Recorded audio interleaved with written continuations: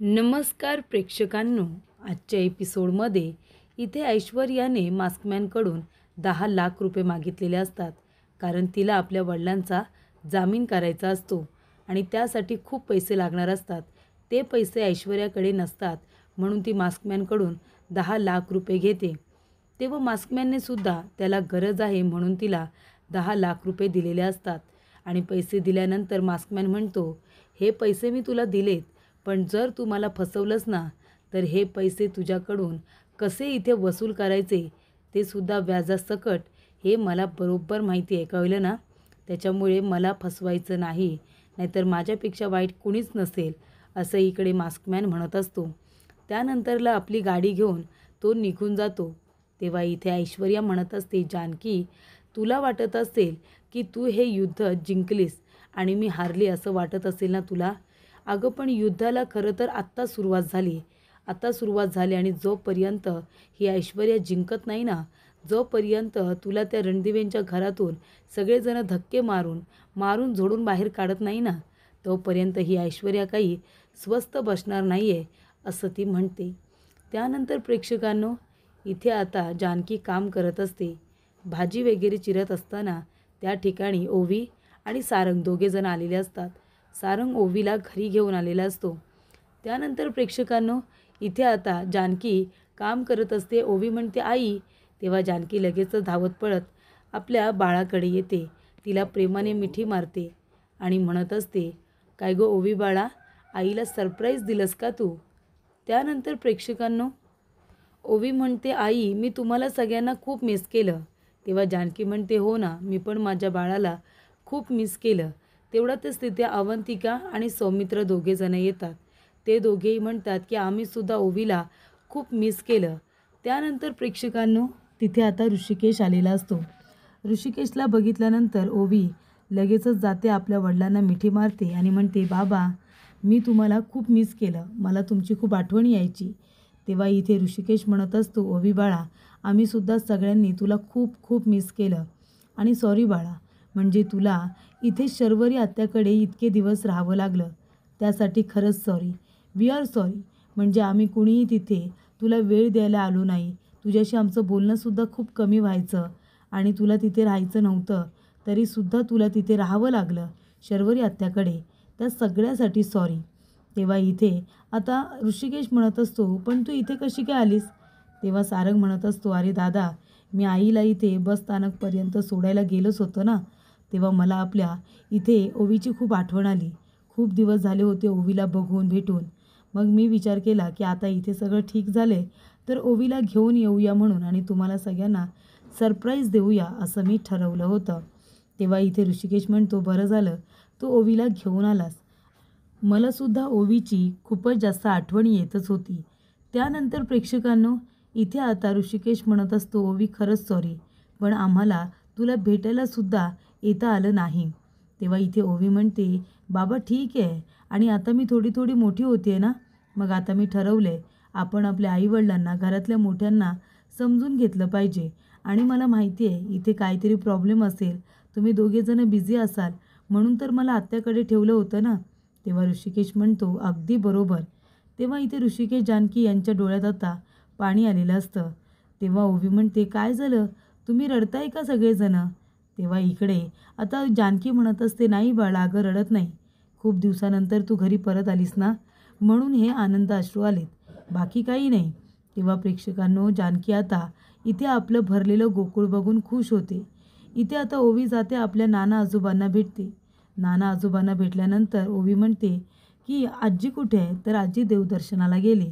तेव्हा ओवी म्हणते की तुम्ही आजीला सांगा ओवी आले म्हणून आणि लवकरात लवकर घरी परत यायला सांगा. तेव्हा नाना म्हणतात, ठीक आहे, मी लगेच फोन करतो आणि तिला लवकर घरी यायला सांगतो. तेव्हा इथे सारंग ओवीबरोबर खेळत असतो. तेव्हा इथे ऋषिकेशला आता आपलं हसतं खेळतं कुटुंब बघून फारच आनंद होतो. तेव्हा इथे ओवी म्हणत असते की आपण सगळ्यांनी मिळून खूप धम्माल करायची. तेव्हा अवंतिका म्हणते, ठीक आहे ओवी, तू एक काम कर, तुला जी जी काही धम्माल करायची आहे ना, त्याची एक लिस्ट तयार कर. आता तू आली आहेस ना परत, आपण तुझ्या सगळ्या इच्छा पूर्ण करूया, सगळी मस्ती धम्माल करूया आपण. तेव्हा इथे सगळेजण खुश असतात. जानकी म्हणत असते, देवा, माझ्या या भरलेल्या घराला अजिबात कुणाची दृष्ट लावू देऊ नका. आणि इथे ओवी आल्यामुळे घरामध्ये जसं काही चैतन्य आलेलं असतं, घर जिवंत झालेलं असतं असं नाना म्हणतात. त्यानंतर प्रेक्षकांनो इथे ऐश्वर्या म्हणत असते, हे बघा मी जसं तुम्हाला सांगितलं आहे गोष्टी तशाच घडल्या पाहिजेत. तेव्हा वकील म्हणत असतात, हे बघा धर्माधिकारी सर अजून इथे नाही आहेत, ते कामानिमित्त बाहेर गेलेत, ते आल्यानंतरच तुम्हाला भेटतील आणि मग तुम्ही त्यांच्याबरोबर सविस्तरपणे बोलून घ्या. तेव्हा ऐश्वर्या म्हणते, हे बघा धर्माधिकारी सर येतील तेव्हा येतील, आधी मला काय बोलायचं आहे ते शांतपणे आणि नीट ऐकून घ्या आणि तसंच झालं पाहिजे, म्हणून तर तुम्हाला एकसाथ एवढे पैसे दिलेत मी, कळते का. तेव्हा इथे आता वकील म्हणतात की ठीक आहे बोला तुम्ही, मला काय करायचं आहे. तेव्हा ऐश्वर्या इथे वकिलांना सगळा प्लॅन आता समजावून सांगत असते. तेव्हा प्रेक्षकांनो इथे आता वकिलाने सुद्धा ऐश्वर्याचं संपूर्ण बोलणं व्यवस्थितपणे ऐकून घेतलेलं असतं. त्याचबरोबर प्रेक्षकांनो इथे आता सगळेजण जेवायला बसलेले असतात. जानकी, ऋषिकेश, सौमित्र, अवंतिका, ओवी, नाना, सारंग सगळेजण जेवायला बसलेले असतात. तेव्हा प्रेक्षकांनो जानकी म्हणत असते, नाना अहो जेवा ना, तुम्ही काही खातच नाही आहेत, जेवा बरं पोटभर. त्यानंतर प्रेक्षकांनो इथे ओवी म्हणत असते, सारंग काका अरे तू माझ्या बाजूला ये ना, आपण दोघेजण एका ताटात जेवू. तेव्हा सारंग म्हणतो, नाही नको नको, आता मला तुझ्यासोबत एका ताटात जेवायचं नाही आहे. तेव्हा ओवी म्हणते का. तेव्हा सारंग म्हणतो, कारण तुझी आयडिया माझ्या लक्षात आली आहे ना, आपण आधी एका ताटात बसतो जेवायला आणि मग जेवत असताना तू म्हणतेस की आपण दोघंजणं सेम खाऊया आणि नंतर हळूहळू सगळं जेवण तू माझ्या पोटामध्ये टाकायला सांगतेस आणि स्वतः मात्र जे आवडतं तेच खाऊन लगेच उठून जातेस. त्याच्यामुळे आता मी एकटा जेवणार आहे, मला काही तुझ्याबरोबर जेवायचं नाही आहे, नाहीतर तू सगळं जेवण मला जेवायला लावशील. तेव्हा इथे जानकी म्हणत असते, ओवी सारंग काकाला तुझा प्लॅन कळला आहे बरं का. आणि तेवढ्यातच प्रेक्षकांनो इथे आता जानकी म्हणत असते की सगळेजण एकत्र जेवायला बसलेत, फक्त आई असत्या तर घर अजून भरल्यासारखं झालं असतं. त्यानंतर प्रेक्षकांनो सगळेजण छान जेवत असतात. तेवढ्यातच इथे इन्स्पेक्टर पवार येतात. इन्स्पेक्टर पवार म्हणतात, ऋषिकेश दादा. तेव्हा ऋषिकेश आता तिथे आलेला असतो. तेव्हा इन्स्पेक्टर पवार म्हणतात, हे बघा महत्त्वाचं काम होतं म्हणून इथे यावं लागलं. कोर्टाने उद्याचीच तारीख दिली, उद्या जानकी वहिनींना कोर्टामध्ये हेअरिंगसाठी हजर करावं लागेल. तेव्हा इथे आता लेटर दिलं जातं. ऋषिकेश ते लेटर बघतो आणि सौमित्रकडे देतो. सौमित्र ते लेटर वाचतो. तेव्हा तो म्हणतो, हो दादा कोर्टाने उद्याचीच तारीख दिली, कोर्टामध्ये उद्या वहिनीला आपल्याला हजर करावं लागणार आहे. तेव्हा इथे इन्स्पेक्टर पवार म्हणतात, आणि अजून एक महत्त्वाची गोष्ट ऋषिकेश दादा, मी तुम्हाला म्हणालो होतो की या केसमध्ये मी तुम्हाला शेवटपर्यंत साथ देईन, पण सॉरी आता मला ते काही जमणार नाही आहे, कारण मी तुम्हाला शेवटपर्यंत साथ नाही देऊ शकत. वरून माझ्यावरती खूपच जास्त प्रेशर आहे, म्हणून या केसमधून मला काढता पाय घ्यावा लागतो आहे. पण जरी मी तुमच्याबरोबर नसेन तरीसुद्धा माझ्या शुभेच्छा तुमच्याबरोबर आहेत आणि मी अशी अपेक्षा करतो की इथे जानकी वहिनी लवकरात लवकर निर्दोष सिद्ध झाल्या पाहिजे. जानकी वहिनी सॉरी, खरं तर मला शेवटपर्यंत या केसमध्ये तुमची साथ द्यायची होती, पण काही कारणाने ती देता येणार नाही आहे, त्यासाठी खरंच सॉरी. तेव्हा जानकी म्हणत असते, दादा अहो तुम्ही सॉरी कशाला म्हणताय, तुम्ही इतकी मदत केली आहेत ना आम्हाला, तीच खूप आहे आमच्यासाठी, आणि प्लीज तुम्ही सॉरी म्हणून आम्हाला लाजवू नका. उलट या केसमध्ये तुम्ही आम्हाला नाही मदत केली तरीसुद्धा चालेल, पण पर्सनल लेवलवरती आपलं हे नातं इतकंच चांगलं असलं पाहिजे, असं इकडे जानकी म्हणत असते. तेव्हा इथे इन्स्पेक्टर पवार म्हणतात, ठीक आहे अधूनमधून कधीतरी माझी इथे फेरी होईल, मी तुम्हाला सगळ्यांना जरूर भेटायला येईन, असं इन्स्पेक्टर पवार म्हणतात. तेव्हा ऋषिकेश म्हणतो, चला ना जेवायला चला. तेव्हा पवार म्हणतात, नाही नको जेवायला नको, पण तुम्ही सगळेजण काळजी घ्या, उद्या कोर्टामध्ये भेटूच, कोर्टामध्ये उद्या हेअरिंग आहे. तेव्हा इथे जानकी म्हणते, थँक्यू दादा, थँक्यू सो मच, तुम्ही आत्तापर्यंत आमची जी काही मदत केली आहे त्यासाठी खरंच खूप थँक्यू. तेव्हा इन्स्पेक्टर पवार तिथून गेलेले असतात. जानकी म्हणते, उद्याच्या उद्या कोर्टामध्ये हेअरिंग, इतकी घाई का करतायत हे लोक. त्यानंतर प्रेक्षकांनो इकडे आता सगळेजण विचारात पडलेले असतात. तेव्हा इथे हवालदार येतात आणि सयाजी विखे पाटीलला म्हणतात की सयाजी विखे पाटील चला उठा. तेव्हा इथे सयाजी म्हणत असतो, बोला मी जागा आहे, काय बोलायचं आहे ते बोला. तेव्हा हवालदार म्हणतात की तुमची बेल करण्यात आली, तुमचा जामीन करण्यात आला आहे, तुम्ही आता चला आणि तुमच्या घरी जा. तेव्हा इथे प्रेक्षकांनो सयाजी विखे पाटील लगेचच उठून बसतो आणि म्हणत असतो की चला सयाजी, शेवटीला घरी जायची वेळ आलीच. पण इथे आता सयाजी म्हणत असतो, पण आमचा जामीन केलाय तरी कुणी? कारण जामीन करण्यासाठी खूप जास्त पैसे हवे असतात. तेव्हा प्रेक्षकांनो ऐश्वर्या तिथे आलेली असते. तेव्हा इकडे आता सयाजी विखे पाटील म्हणतात की तू ऐश्वर्या, तू इथे काय करतेस? तेव्हा ऐश्वर्या म्हणते, डॅडा काळजी करू नका, तुमचा जामीन झालाय, या बरं इकडे आणि इथे सही करा. तेव्हा सयाजी म्हणत असतो, अगं पण इथे मला जामीन मिळवून देण्यासाठी गडगंज पैसा लागणार होता, खूप पैसा लागणार होता. ते पैसे तू कुठून जमा केलेस आणि माझा जामीन केलास? तेव्हा ऐश्वर्या म्हणते, डॅडा प्लीज, ते पैसे मी कसे जमे केले आहेत, कुणाकडून आणलेत हे अजिबात तुम्ही विचारू नका. सगळ्यात जास्त महत्त्वाचं होतं तुमचं इथून सुटून घरी येणं, कळतंय तुम्हाला? तेव्हा इथे ऐश्वर्या म्हणते, डॅडा इथे सही करा बरं. तेव्हा सयाजी विखे पाटील सही वगैरे करतो. तेव्हा ऐश्वर्या म्हणते, थँक्यू सो मच, तुमच्यामुळे माझे डॅडा लवकर बाहेर पडले. तेव्हा इथे वकील म्हणतात, हे बघा मी काहीही केलेलं नाही आहे.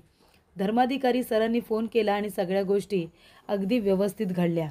तेव्हा जानकी म्हणते, ठीक आहे, उद्या आपण कोर्टामध्ये भेटूच, असं आता वकील म्हणतात आणि तिथून निघून जातात. तेव्हा ऐश्वर्या म्हणते, चला डॅडा आता घरी चला. तेव्हा इथे आता पायऱ्या उतरत असताना सयाजी विखे पाटील म्हणत असतो, काय ऐशू, अगं काय तुझं चाललंय काय ते सांगशील का? तेव्हा ऐश्वर्या म्हणते, काही नाही डॅडा, तुमचं बाहेर पडणं खूप महत्त्वाचं होतं ना. तेव्हा इथे सयाजी म्हणतो, अगं तू माझीच पोरगी आहेस, जोपर्यंत तुला माझी गरज नव्हती ना तोपर्यंत तू मला जेलमध्ये ठेवलंस, पण आता तुला माझी गरज आहे म्हणून तू मला बाहेर काढलेस ना, बरोबर ना? अगं मी तुला चांगलाच ओळखून आहे पोरी, तुझी आई काय म्हणते, तू अगदी तुझ्या वडिलांवरती गेलीस, मग आता तू माझ्यावरती गेलीस तर मी सुद्धा असाच होतो ना. मी सुद्धा जेव्हा मला माणसाची गरज असायची तेव्हाच मी त्यांच्याबरोबर गोड गोड बोलायचो. तेव्हा इथे ऐश्वर्या आता गप्पच बसते. तेव्हा सयाजी म्हणतो, बरं ठीक आहे, जाऊ दे बाळा, मी मस्करी केली. तेव्हा ऐश्वर्या म्हणते, डॅडा पण मला खरंच तुमच्या मदतीची गरज आहे आणि म्हणूनच मी तुम्हाला बाहेर काढले. तेव्हा इथे एवढे पैसे कुठून आले तसं विचारल्यानंतर ऐश्वर्या म्हणते, प्लीज प्लीज नका विचारू ते पैसे मी कुठून आणले, फक्त तुम्हाला आता माझी मदत करायची आहे. तेव्हा इथे सयाजी म्हणतो, अरे बास का, मी नाही मदत करणार माझ्या पोरीला तर कोण करणार? तेव्हा इथे जानकी आता कशा पद्धतीने ऐश्वर्याला घराबाहेर काढते हे सगळं ऐश्वर्या सयाजी विखे पाटीलला सांगते. ऐश्वर्या म्हणत असते, त्या सर्व रणदिवेंनी मला घरातून हाकलून दिलं डॅडा, माझा अपमान केला, त्या जानकीने मला मारलं, ओरफडत ओरफडत तिने मला घरातून बाहेर काढलं, असं इकडे आता सगळं सत्य ऐश्वर्याने सयाजी विखे पाटीलला सांगितलेलं असतं. इथे आता ज्या ज्या पद्धतीने ऐश्वर्याला एक्सपोज केलेलं असतं ती सगळी कथा, ती स्टार्टिंगपासून ते एंडपर्यंत अगदी तिला जानकी इथे घरातून बाहेर काढते, लाठीकाठी करून तिला हरवते, या सगळ्या गोष्टी आता तिने आपल्या डॅडाला सांगितलेल्या असतात. ती म्हणत असते, डॅडा त्या रणदिवेंना काही झालं ना तरी धडा शिकवायचाच आहे. त्यांनी मला अपमानित केलं ना, मला घरातून बाहेर हकलून दिलं, त्यांना त्यांची जागा दाखवल्याशिवाय मला चैन पडणार नाही. त्या जानकीला डॅडा ते लोक धक्के मारून जोपर्यंत घराबाहेर काढत नाही ना तोपर्यंत माझ्या मनाला काही शांतताच मिळणार नाही आहे. तर प्रेक्षकांनो इथे आता ऐश्वर्या एकदा तिचा अपमान झाला, एकदा तिला घरातून हाकलून दिलं तर इतका तिला राग आणि तिरस्कार येतोय जानकीचा. पण ऐश्वर्यामुळे त्या सुमित्राने किती वेळा तरी जानकीला घरातून बाहेर काढलेलं असतं, तिच्यावरती अविश्वास दाखवलेला असतो. सोन्याला पित्तळ आणि पित्तळला ती सोनं समजते, ह्या अशा चुका त्यांच्याकडून घडलेल्या असतात. आणि रियालिटी हीच आहे की हे सगळं ऐश्वर्यामुळे झाले आणि ऐश्वर्या अजिबात इथे चेंज झालेली नाही आहे. त्यानंतर प्रेक्षकांनो पुढील भागामध्ये ऋषिकेश म्हणत असतो की सौमित्र, अरे उद्याची कोर्टामध्ये तारीख आहे आणि आता आपल्याला पुरावे गोळा करायचे आहेत. जानकी निर्दोष आहे हे कोर्टामध्ये आपल्याला सिद्ध करायचं आहे, पण कसं, आपण कसं काय करणार आहोत? म्हणजे कोर्टाला पुरावे लागतात, आपल्याकडे तर पुरावेच नाही आहेत. तेव्हा ओवी म्हणते, हो ना, आपण काय करायचं आता, कसं या सगळ्या संकटातून बाहेर पडायचं? तेव्हा इथे सौमित्र म्हणत असतो, वहिनी प्लीज प्लीज तू मला एकदा सांगू शकशील का, जेव्हा तू लता काकूंना भेटलीस तेव्हा नक्की तिथे काय काय घडलं, तू प्लीज मला सविस्तरपणे सांग ना. तेव्हा इथे जानकी आता पुन्हा बोलायला सुरुवात करते की मंदिरामध्ये माझी आई भेटायच्या आधी घरी मला चिठ्ठी भेटली होती. ती चिठ्ठी मी उचलली, त्याच्यामध्ये लिहिलं होतं की मी तुझी आई भेटायचं असेल तर इथे शंकराच्या मंदिराच्या बाहेर ये. त्यानंतर प्रेक्षकांनो जानकी म्हणते, मी तिथे गेले आईने शिरा दिला. आईने शिरा तिच्या हाताने मला भरवला. तो मी खाल्ला. त्यानंतर आईच्या मांडीवरती डोकं ठेवून शांतपणे झोपले होते. पण त्यानंतरचं मला काही आठवत नाही आहे. जाग आल्यानंतर मी एकटीच मंदिरामध्ये होते. ह्या सगळ्या गोष्टी आता जानकीने अगदी व्यवस्थितरित्या सांगितलेल्या असतात. तेव्हा प्रेक्षकांनो, सारंगचा चेहरा खूपच जास्त उतरलेला असतो. तेव्हा इथे सारंगला असं वाटत असेल की इथे मी ऐश्वर्याची साथ दिली नसती तर बरं झालं असतं. जानकी वहिनीला सांगितलं तरी असतं की लता काकू याच तुझी आई आहेत म्हणून. त्यानंतर प्रेक्षकांनो, इथे आता जानकी म्हणते, मग मी मंदिरामध्ये गेले. एका माणसाने माझ्यावरती अटॅक केला, मला मारण्याचा प्रयत्न केला. पण इथे आता सगळ्या गोष्टी व्यवस्थितरित्या जानकीने सौमित्रला पुन्हा एकदा सांगितलेले असते. आईने शिरा भरवला, तो मी खाल्ला आणि त्यानंतर मी बेशुद्ध झाले. त्यानंतरचं मला काहीही आठवत नाही आहे असं जानकी म्हणत असते. तेव्हा सौमित्र म्हणत असतो की इथे त्या ऐश्वर्याने एक पुरावा मिळवला आहे. त्याच्यामध्ये जानकी वहिनी तिच्या आईला धक्का देते असं दिसतंय. तेव्हा जानकी म्हणते, हो पण ती मी नाही आहे ना.